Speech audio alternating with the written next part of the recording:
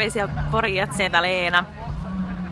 On sun 4. toiseksi viimeisen tehtävä aika.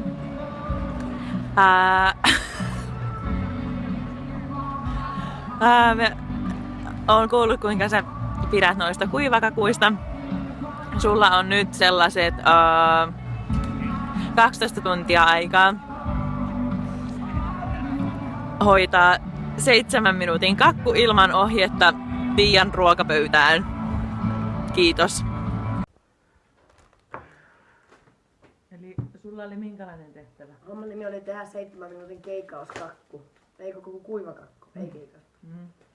No sä oot sitä täällä. No mä oon sitä täällä tehnyt. Ja katsoppa, alkaa olla jo valmis. Joo. 7 minuuttia tuoksuu. Joo. Okei.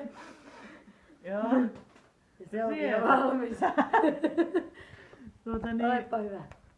tällainen. Tämmönen kuivakakku on vähän erikoinen. Sitä ei muuta kuin maistamaan. Laitoit vähän kuorutetta. Pistin tämmösen pakettiin. No Sä pistit... Joo. Kiva. Otetaanpa siitä palasen. On. Maistetaanpa nyt kerran. Maistamme. Mitä sanoo täällä leipurikondiittori? Onko tämä tehtävä hyväksytty? Maistetaan eka. Okei, sen jälkeen. No nyt maistetaan. Ite eka. Ite eka. Delicious.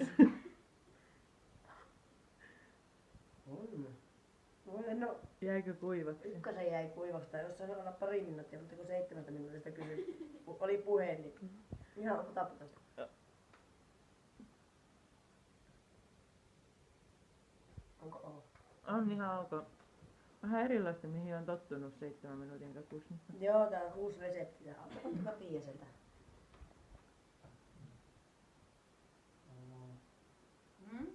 Hyvä on. Joo, tää on salainen resepti. Joo. Eli tehtävä suoritettu. Yes.